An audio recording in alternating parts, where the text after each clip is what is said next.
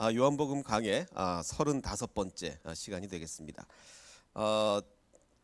요즘 계속 뉴스에서 나오고 있는 게 그 수도권 개척교회 확진자가 계속 늘어나고 있다.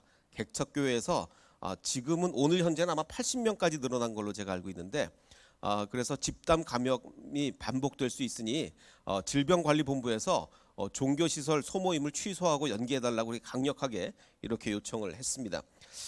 근데 이제 이게 계속 뉴스에 나오는 그 뉴스의 타이틀이 뭐냐면 개척교회 발 확진자들이 이렇게 개척교회 발이라고 계속 이렇게 뉴스에 나오는데, 그래서 이제 그 또 다른 신문에 이제 어떤 한 목사님의 호소가 이렇게 나왔습니다.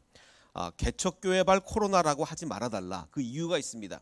아니 분명히 개척교회 발인데 왜 그렇게 하지 말아달라고 하냐면, 그 이유가 그냥 단순하고 평범한 개척교회가 아니라 조금 특이한 모임이었다는 거죠. 그 모임이 이제 국제 모모 이제 부흥사회에서 모인 거예요. 그냥 개척교회 목사님들이 모인 게 아니고 국제 무슨 부흥사회 회원들이 이렇게 모였다가 거기서 감염이 돼서 각자 교회로 흩어지면서 이제 문제가 된 건데, 이제 일반 매스컴에서 보기에는 교회들이 다 작고 하니까 이거 개척교회 발 아니냐 이렇게 하다 보니까 이제 다른 그 아무 관계 없는 여러 개척교회들이 다 이제 피해를 보게 되는데, 이 국제 모모 부흥사회에서 어떤 모임을 가졌냐면 예수 능력 영성 회복 모교 신유 성회를 가졌습니다.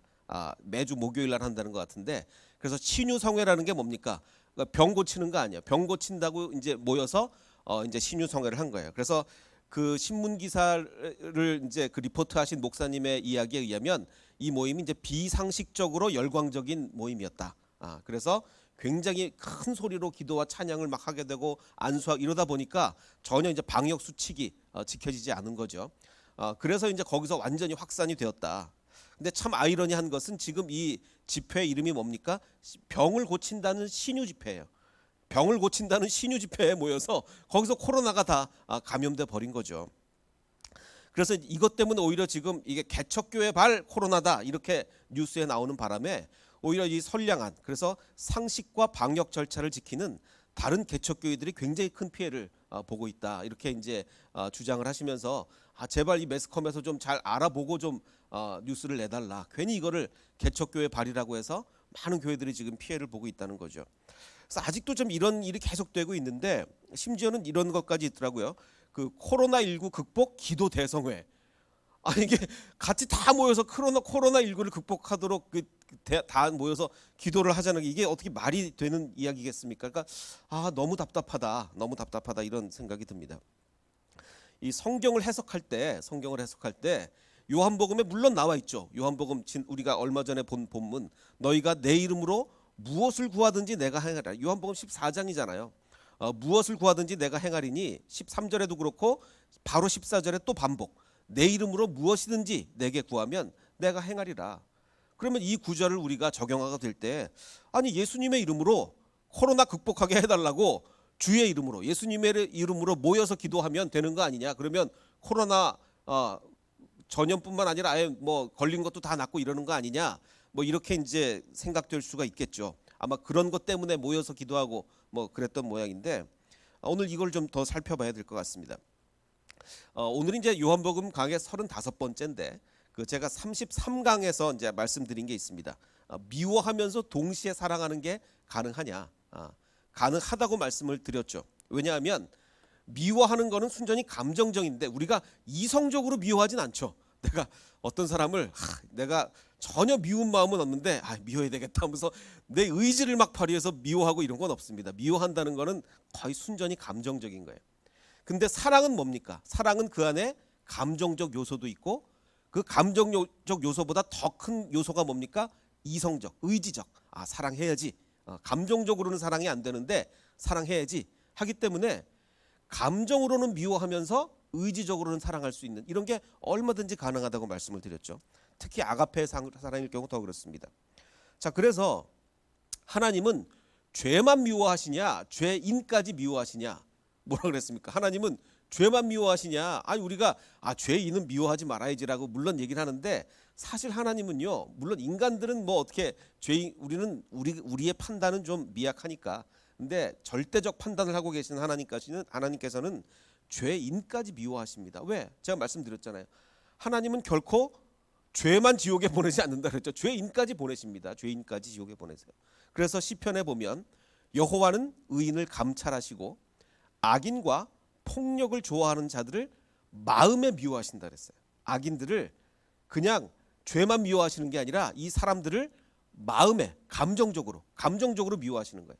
의지적으로는 사랑을 하셔도. 그래서 이거 영어 성경에도 he hates with a passion. 그러니까 그 아주 열정적으로 그냥 그 감정적으로 미워하는 거예요. 감정적으로. 킹 제임스 버전도 마찬가지입니다. 그의 영혼이 소울이 미워하는 거예요. 그래서 이제 감정은 미워할 수 있는데 우리가 감정으로 미워해도 의지적으로 사랑할 수 있다. 그래서 우리한테 정말 잘못한 사람들 우리가 감정적으로까지 사랑할 수는 없습니다. 의지적으로 사랑하는 거지. 의지적으로 다 사랑하고 용서하고 모든 걸 다 풀고 하지만 감정으로 미워할 수 그것까지 하나님께서 뭐라고 하시지는 않는다는 거죠. 그래서 제가 이제 이 33강 설교를 마치고 그날 그 우리 교육자들하고 밥을 먹는데 우리 그 교육자님들 중에 우리 이모 전도사님과 정모 전도사님 이 두 분이 이제 곧 결혼을 하십니다. 이제 한 달도 안 남았나요? 이제 그 우리 교회 안에서 이제 그 전도사님들끼리 결혼을 하는데 그래서 이제 우리 교육자들하고 밥을 먹고 이날 설교를 마치고 나서 제가 그 두 사람한테 물어봤습니다. 미워해 봤냐? 지금 서로 사랑하고 있는데 서로 사랑하니까 이제 다음 달에 결혼을 하는데 미워해 봤냐라고 했더니 우리 이모 전도사님들은 많이 해봤죠. 이모 전도사님이 우리 정모 전도사님을 많이 미워해봤다라고 이제 대답을 했는데 정모 전도사님은 저는 한 번도 없었습니다라고 이렇게 물론 당연하죠. 우리 천사 같은 이모 전도사님을 미워하면 되겠습니까? 어쨌든 이제 이렇게 대답을 했는데 그 다음에 또 이제 제가 교육자 시간에 회의 시간에 물어본 게 우리 남자 정모 전도사님께 결혼 승낙 받을 때 장인 장모님한테 가서 절했냐? 라고 물어봤어요. 절을 해봤냐고 물어봤더니 아이고 못했습니다라고 이제 대답을 하자 그 옆에 있던 그 이모 전도사님이 절을 한 게 아니고 부모님께 설교를 했습니다라고 이렇게 이야기를 듣고 우리 교육자들이 다 뒤집어졌어요. 아니 부모님께 설교를 하다니 장인 장모님 그러시면 안 됩니다. 뭐 이런 얘기를 했다는 거냐. 그래서 뭐 다 뒤집어졌는데 이 전후 사정을 잘 듣고 보니 무슨 얘기냐면 이 부모님께서 과연 우리 사위로 삼을 만한 사람인가 해서 무슨 가족 모임인가 어디서 설교를 한번 시켜보셨답니다. 그러니까 부모님께 부모님 앞에서 설교를 하고 이제 합격 판정을 받은 거죠. 자, 그거를 잘 생각해. 제가 이 얘기를 오늘 왜 드리냐면 이 전후 문맥을 다 띄워버리고 이 장인 장모님께서 우리 이 사위감이 괜찮은 사람인가 알아보기 위해서 가족 모임에서 불러서 이제 설교를 시켰는데 그거를 다 떼버리고 절을 한 게 아니라 부모님께 설교를 했습니다. 이것만 딱 들으면 얘기가 완전히 달라지는 겁니다. 완전히 뭐 정반대 이야기가 돼버리지 않습니까? 오늘 이제 그것 때문에 말씀을 드린 건데 성경 말씀이 거의 대부분 다 그래요. 앞뒤 다 떼버리고 성경 말씀에 앞뒤를 다 떼버리고 한 말씀만 딱 따서 이야기를 해보면 완전히 다른 얘기가 되죠. 오늘의 그 말씀도 바로 그런 얘기라는 거죠. 요한복음 14장 13절 너희가 내 이름으로 무엇을 구하든지 내가 행하리니. 예수님이 뭐든지 다 행한다 그랬으니까 우리 자 코로나 이기게 해달라고 다 같이 모여서 한 뭐 몇백 명 모여서 기도하자. 더군다나 이렇게 13, 14절에 반복으로 내 이름으로 무엇이든 구하든지 구하면 내가 행해준다고 하지 않았느냐 이렇게 이제 얘기를 하기도 합니다. 자 최근에 또 문제된 게 뭡니까? 제가 지난번에도 말씀드렸듯이 한 교회가 재개발이 되는데 그 감정평가액이 82억이란 말이죠. 82억의 감정평가액인데 이 교회가 속칭 알박기 많죠. 알박기라는 걸 한 겁니다. 왜냐하면 보상비를 올려달라. 우리는 560억을 받아야 되겠다. 560억을 주기 전까지는 우리는 안 나간다. 그러다 보니까 지금 다른 주민들은 이제 다 합의 보고 다 보상금 받고 나가서 이제 그 재개발을 해야 되는데 이 교회 하나 때문에 지금 계속 미뤄지고 하다 보니까 어마어마한 손해를 모든 사람들이 어마어마한 손해를 보잖아요. 교회가 이 보상금을 많이 받겠다는 이거 하나 때문에. 자, 이 교회는 뭐라고 기도하겠어요? 주님께서 주님의 이름으로 구하든지 무엇을 구하든지 해준다고 했다. 그러면 우리 주님의 이름으로 560억 구하자. 그러면 주님이 560억 주실 것이다. 이게 맞는 얘기냐? 전후 이 예수님의 말씀에 전후 문맥을 보면 전혀 그렇지 않다는 것을 알 수가 있죠. 전혀 그렇지 않다.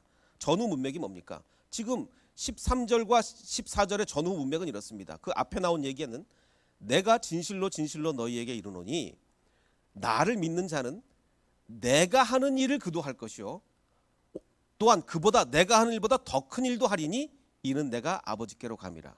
자, 내가 하는 일을 한다고 하시면서 내 이름으로 구하면 들어준다고 하셨어요. 그러면 무엇이든지, 여기서 말하는 무엇이든지 구하라 해서 그 무엇이든지는 예수님이 하실 만한 일을 말하는 거지, 예수님이 하시지 않을 만한 일을 무엇이든지 구하면 들어준다고 해서 구해서는 안 된다는 거죠. 예수님이 하실 만한 일을 구해야 된다는 거예요. 그래야 들어주시지, 전혀 예수님이 안 하실 만한 일을 주님 무엇이든지 예수님의 이름으로 구하라고 하지 않았습니까? 이건 말이 안 되는 거죠.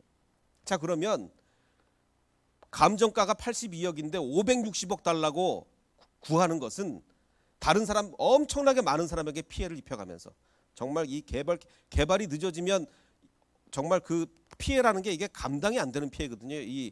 이미 이사간 사람들 굉장히 감당이 안 되는 피해거든요. 그럼 과연 그게 주님이 하실 일이냐? 아니죠.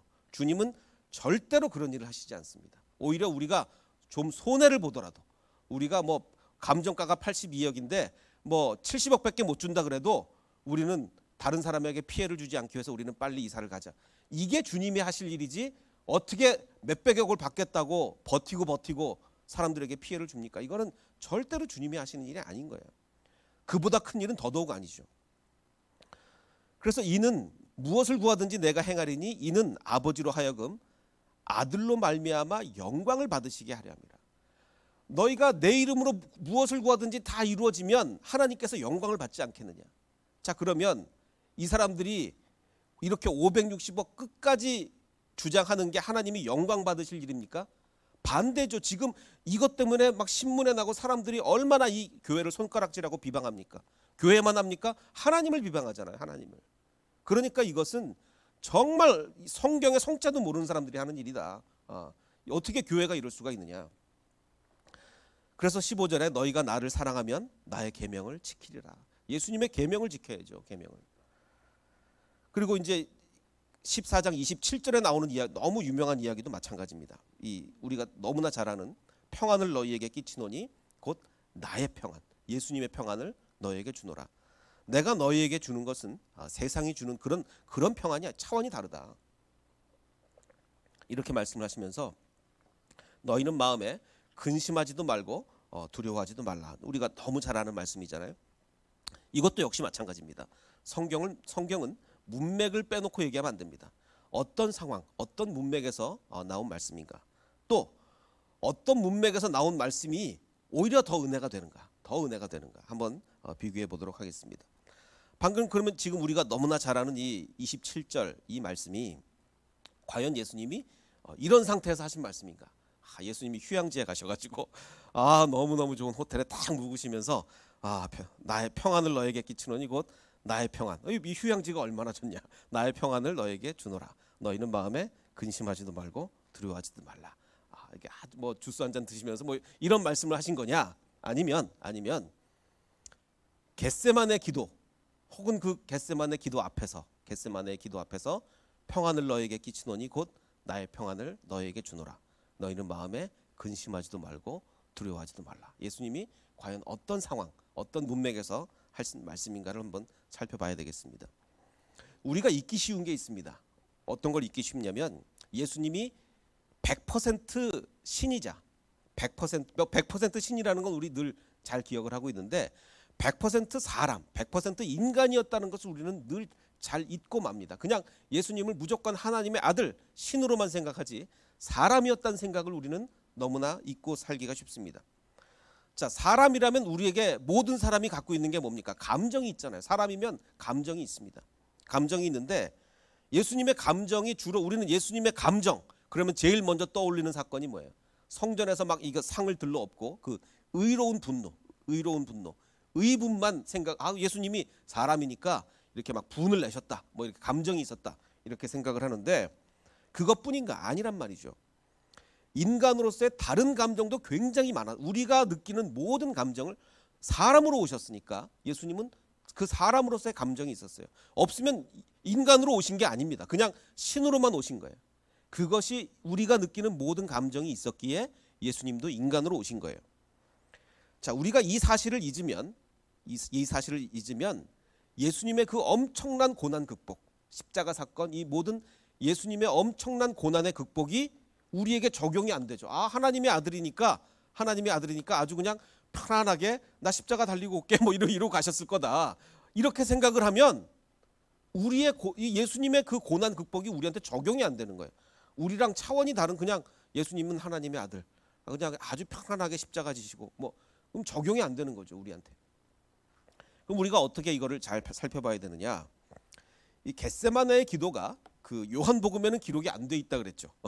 요한이 자기가 이제 예수님이 그 막 피땀을 흘려 기도하시는데 이 옆에서 자빠져 잠을 잤기 때문에 그걸 이제 기록에 뺐다고 이제 말씀을 드렸는데, 이 요한복음에 기록이 없는 겟세마네의 기도에 드러난 예수님의 감정이 있어요. 어떤 감정? 그냥 우리는 예수님이 뭐 피땀 흘렸다 이 정도만 기억하고 있는데, 어떤 감정이 기록되어 있냐면, 마가복음을 보면 베드로와 야고보와 이제 요한을 데리고 가실 때 예수님의 감정이 있습니다. 어떤 감정이냐면 심히 놀라시며 슬퍼하셨습니다. 그냥 놀라시며 슬퍼하신 것도 아니고 어떻게 심하게 심히 놀라시며 슬퍼하사, 그 다음에 더 충격적입니다. 말씀하시되 내 마음이 심히 고민하여 죽게 되었으니, 나 정말 죽을 것 같다. 너무 고민이 돼가지고, 이게 예수님이 하신 말씀이에요. 예수님이 내가 너무 고민이 돼서 나 죽을 것 같다. 너희는 여기 머물러 깨어 있으라 라고 하시고 가셨어요. 이 번역상의 또 문제라기보다 또 어떤 번역을 저는 더 좋은 번역으로 생각이 드냐면, 새번역 성경이 여기선 더 잘 번역했어요. 새번역 성경이 심히 놀랐다를 두려워하며 괴로워하셨다라고 번역했습니다. 예수님이 두려워하셨답니다. 이 헬라어 자체가 그 엑삼베오라는 이 단어가 두려워했다는 뜻을 가지고 있어요. 그러니까 예수님이 두려워하셨다고요. 인간이니까. 만약에 예수님이니까 두려움이 없었어, 그러면 이거는 우리는 뭐라고 얘기하는 거예요? 예수님은 인간이 아니야 라고 얘기하는 겁니다. 예수님도 인간이었기 때문에 두려워하셨어요. 그것도 심히 두려워하셨습니다. 예수님은요, 인간적 두려움이 없는 분이 아니라, 그러면 인간이 아니죠. 그 두려움을 극복하신 분입니다. 심한 두려움을, 심히 고민이 되어 죽게 된 그 모든 어려움을 극복하신 분이에요. 두려움을 극복할 필요가 없는 분이었다면 우리에게 무슨 교훈을 줍니까? 예수님은 아무 두려움을 극복할 필요조차 없으면 예수님의 이야기를 읽는 것이 우리에게 어떤 교훈을 줄 수가, 아무런 교훈을 못 주잖아요. 예수님도 심하게 괴로웠고 내가 괴로워 죽을 지경이라고 얘기를 하셨는데, 그것을 기도로 극복을 하셨으니 우리도 할 수 있는 거 아닙니까? 그래서 예수님께서는 35절에 조금 나가서, 정말 땅에 엎드렸다는 얘기는 그만큼 괴로웠다는 얘기예요. 될 수 있는 대로 이때가 자기에게서 지나가기를 구하여 아빠 아버지여, 아버지께서는 모든 것이 가능하오니 이 잔을 내게서 옮기시옵소서. 그러나 나의 원대로 마시옵고 아버지의 원대로 하옵소서. 이렇게 말씀하시는 거 아닙니까? 이 예수님의 이 처절한 싸움, 자신의 그 두려움과 공포, 그리고 괴로움, 고민되어 죽을 지경이라고 얘기하는 그 고민을 정말 영적인 싸움으로 이겨나가는 이것을 우리가 봐야 된다는 거죠. 자, 이게 이제 겟세마네 사건인데, 그 다른 복음서와는 달리 성찬식도 기록을 안 했죠. 요한복음은 겟세마네를 기록하지 않을 뿐만 아니라 성찬식 대신 이제 세족식을 기록을 했는데, 성찬과 겟세마네를 기록하지 않은 요한복음은 그 대신 뭘 했느냐? 세족식을 기록하면서 겟세마네 자체는 기록을 안 했지만 세족식을 마치고 겟세마네로 가기까지 그 시간 동안 제자들을 가르치신 가르침이 기록이 됩니다. 좀 특이하죠. 세족식 마치고 겟세마네로 가기 전까지 그 제자들을 가르친 가르침이 기록이 돼요.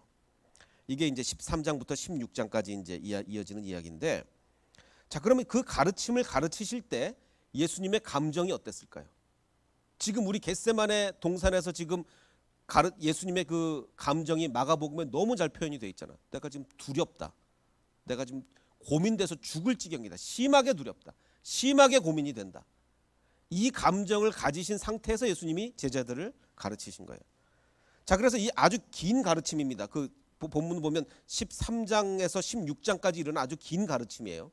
그 긴 가르침이 체계적으로 잘 설명이 된 본문이냐? 아주 뭐 1번, 2번 이렇게 막 뭐 제가 이렇게 PPT 하듯이 이렇게 쫙 체계적으로 잘 정리된 가르침이냐? 아니면 예수님의 격앙된 감정이 드러난 가르침이냐를 우리가 좀 판단을 해봐야 됩니다. 이 가르침 안에 제일 많이 등장하는 요소들이 있는데 첫 번째는 무엇 안에. 요한복음 하면 벌써 이 안에라는 단어가 딱 머릿속에 떠올라야 돼.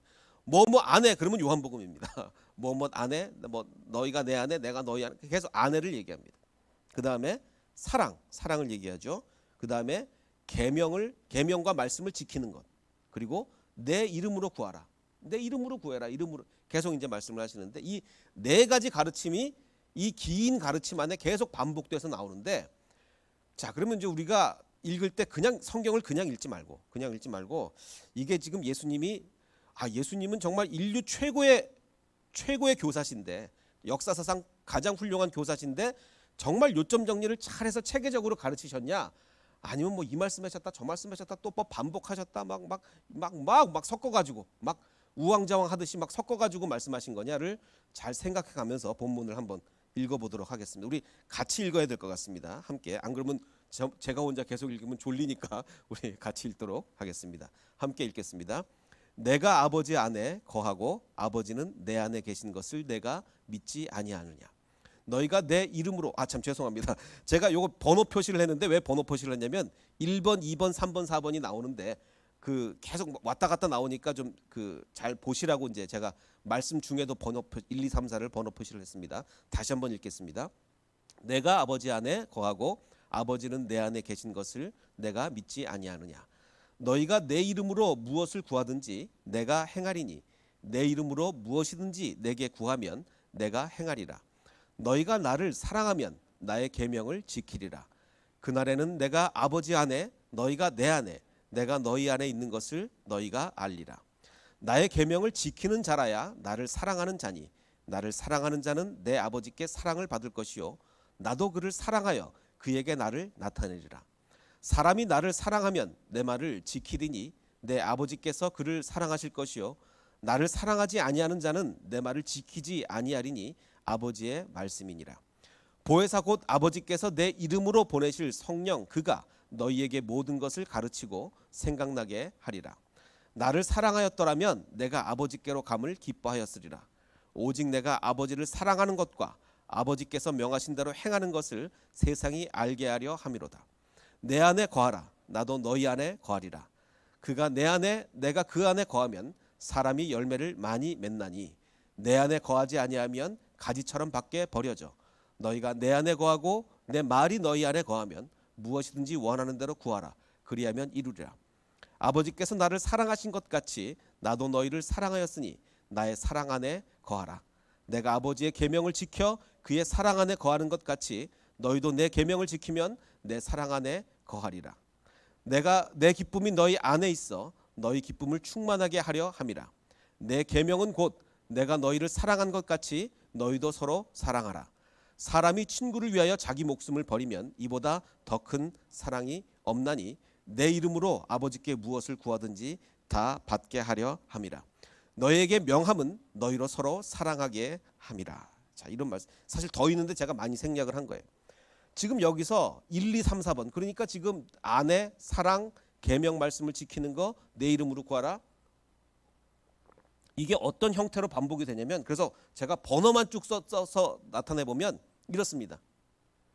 자, 지금 우리가 읽으면서 예수님이 굉장히 체계적으로 아주 명확하게 그 개념을 우리에게 설명해 주시는구나 라는 생각이 드십니까? 이 말씀했다 저 말씀했다 지금 막 이렇게 들립니까?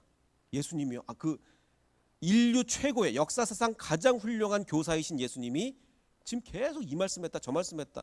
도대체 예수님이 지금 읽으면서 정확하게 무슨 말씀을 하려는 건지 잘 이해가 안 갈 정도로 완전히 왔다 갔다 하시는 거예요. 그 이유가 뭐겠습니까? 이 말씀은 체계적인 설명이 아니고 십자가를 앞에 둔 격한 감정으로 지금 제자들을 가르치시는 거예요. 그러니까 막 이 얘기했다 저 얘기했다 한 얘기 또 했다가 막 이렇게 나오시는 겁니다. 우리가 성경을 읽을 때 이런 예수님의 감정이 느껴져야 됩니다. 예수님의 감정을 느끼지 못하고 그냥 성경을 읽으면 우리는 너무나 많은 것을 놓치게 되는 거예요. 근데요, 이 은혜라는 것이 정말 예수님의 정말 아주 명확하고 클리어한 그런 설명보다 오히려 정말 왔다 갔다 무슨 말 하는지도 잘 모르겠는데 이런 예수님의 감정이 묻어난 표현이 더 은혜가 되는 거예요. 예수님이 정말 이때 격한 감정으로 제자들에게 뭐 이 말씀했다 저 말씀했다 한 얘기 또 했다 막 그러셨구나. 예수님이 이만큼 감정이 격하셨구나. 그게 이제 우리에게 느껴지는 거죠. 그래서 아까 말씀드린 평안을 너에게 끼치노니 곧 나의 평안을 너에게 주노라. 너희는 마음에 근심하지도 말고 두려워하지도 말라가 바로 이 상황에서 나온 겁니다. 14장이에요. 이 평안을 너에게 끼친다 이 말씀이 겟세마네 가는 도중 혹은 가기 직전에 그 전에 하신 말씀이라고요. 그 전에.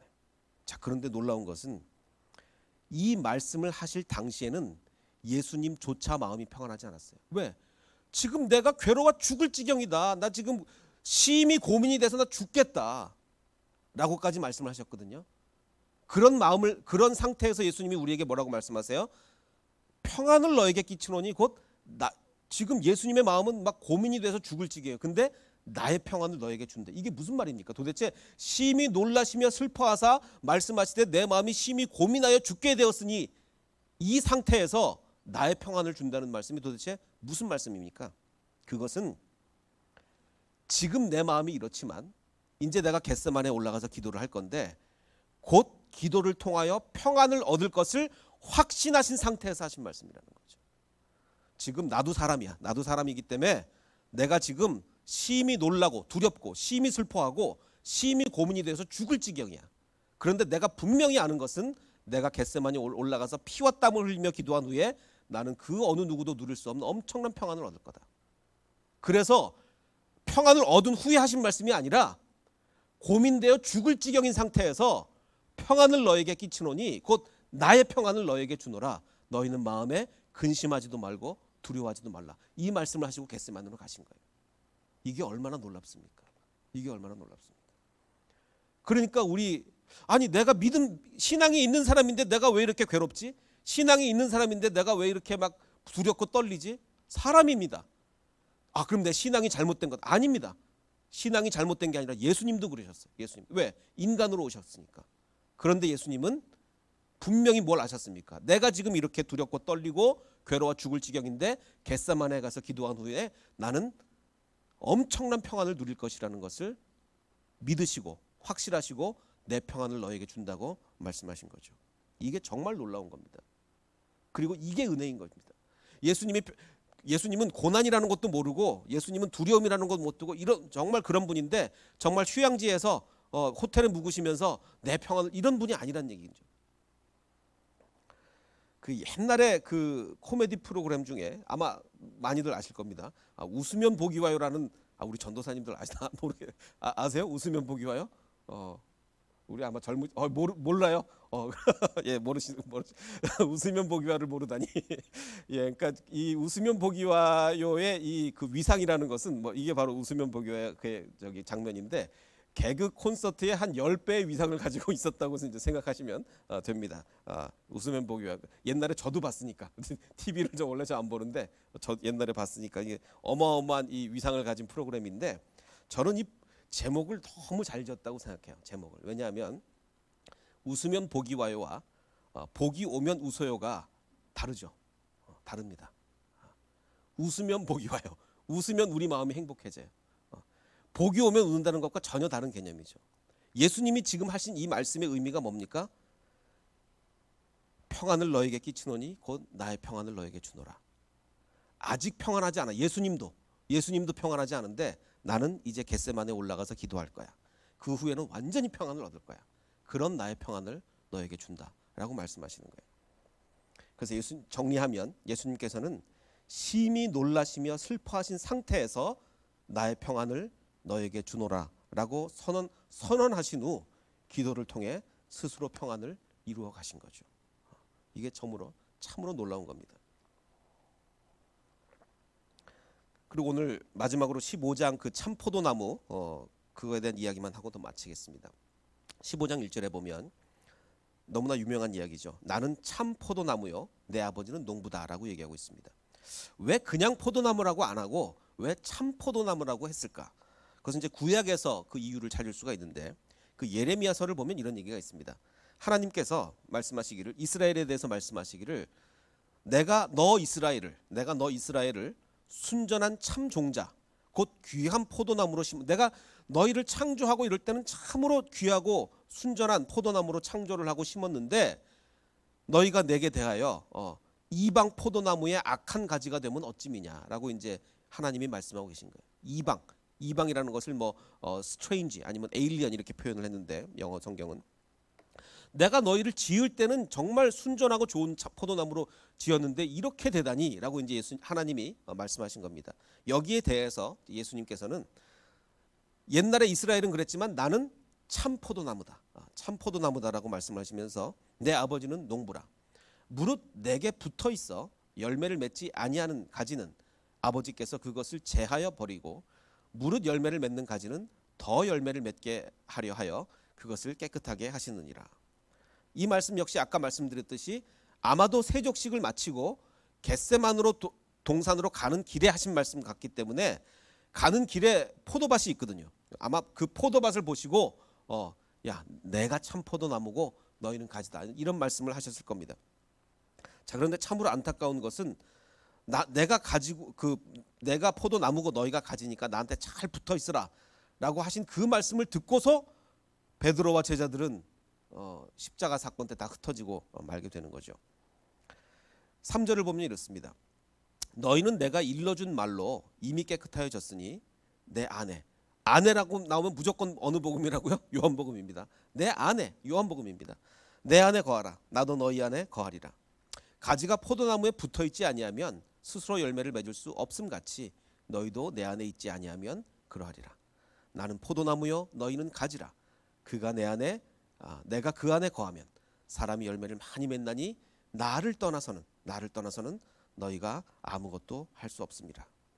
이것 역시 십자가 직전에 정말 겟세마네 동산으로 걸어가시면서 포도나무를 보시고 하신 그 격앙된 심정으로 제발 나한테 좀 있어라. 내 안에 좀 있어라. 내 안에 있어야 내가 얻은 평안을 너희도 얻지 않겠느냐. 내 안에 있어야 내가 얻은 평안을 너희도 얻지 않겠느냐. 이런 말씀으로 하신 거죠. 그래서 예수 안에 말씀 안에 우리가 있어야 된다. 그래서 우리가 너무나 유명한 이 구절을 보실 때 정말 예수님의 이 장면을 생각하면서 함께 보셨으면 좋겠어요. 평안을 너에게 끼친다. 나의 평안이라는 건 무엇이냐? 겟세마네 가기 전에 그 전에 하신 말씀이다. 정말 이것을 마음에 두고 우리 마지막으로 이걸 다 같이 한번 읽고 예배를 마치겠습니다. 자, 한번 같이 읽겠습니다. 평안을 너희에게 끼치노니 곧 나의 평안을 너희에게 주노라. 내가 너희에게 주는 것은 세상이 주는 것과 같지 아니하니라. 너희는 마음에 근심하지도 말고 두려워하지도 말라. 이 말씀을 깊이 새기며 예수님 안에 거하는 저와 여러분이 되시기를 주님의 이름으로 축원합니다.